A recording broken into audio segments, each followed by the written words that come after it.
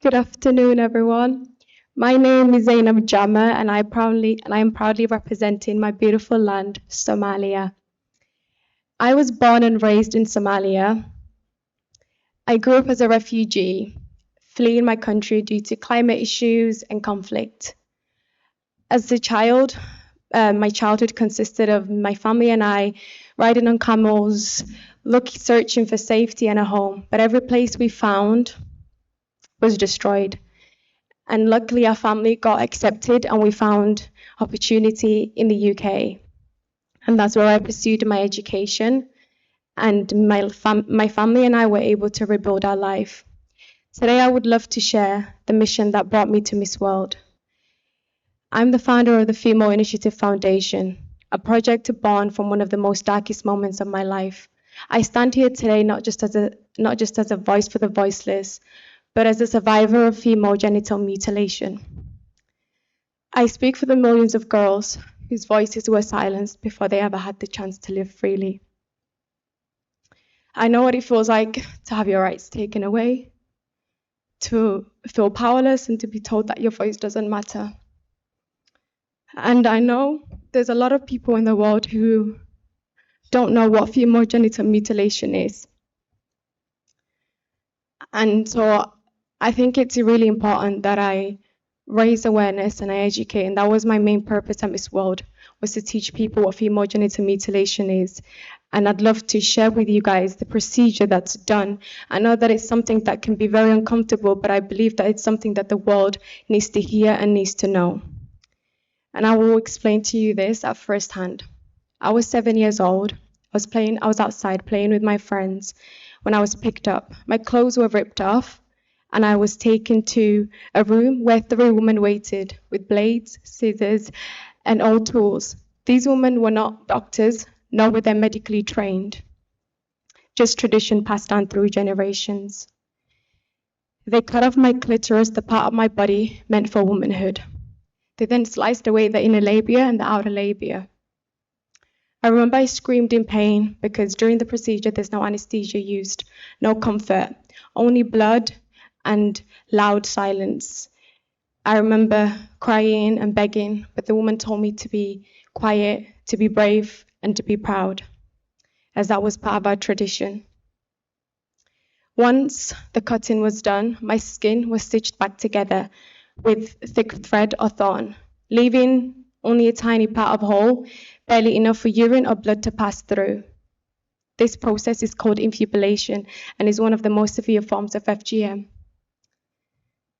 After the procedure, I was laid in a dark room with my legs tightly tied together.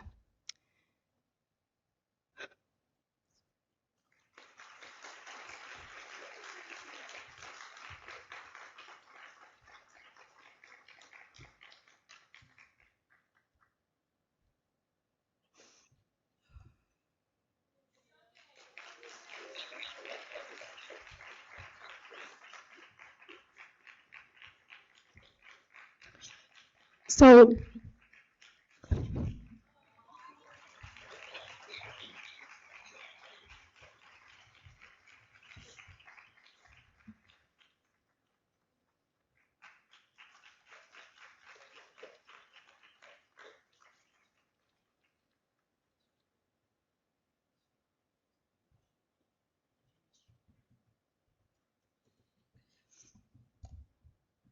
after the procedure, I was laid in a dark room with my legs tightly together for days.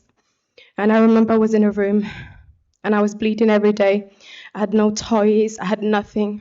I only had charcoal next to me, and I used to draw on the wall next to me, and I'd just draw my dreams away just to keep me alive, because that part after the procedure is where a lot of girls die and they don't make it out alive. That moment changed me forever, and my childhood came to an end. I survived, but many of girls didn't, and they don't. I stand here today for the joy that my mother couldn't reap her love.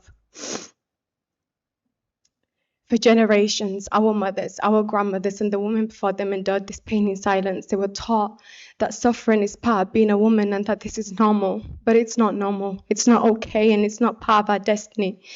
I know that I cannot change my past, but I can fight for their future. And I know the consequences that come with that. But I get so many messages from little girls from my country telling me that they're going to be getting female genital mutilation done soon.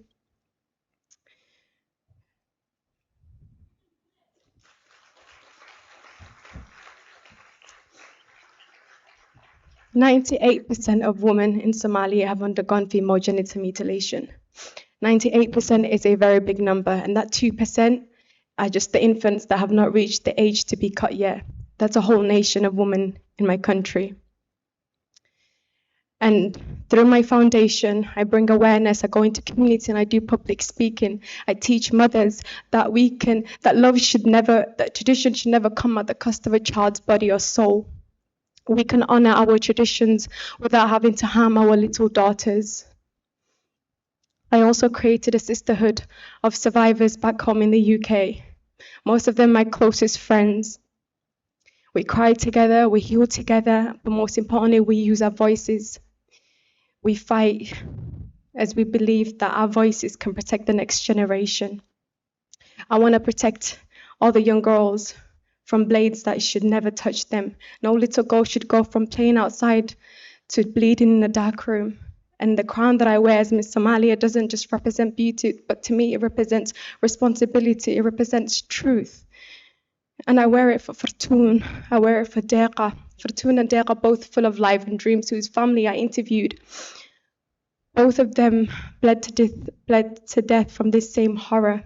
Their hearts stopped beating because somebody thought that tradition was way more important than their lives.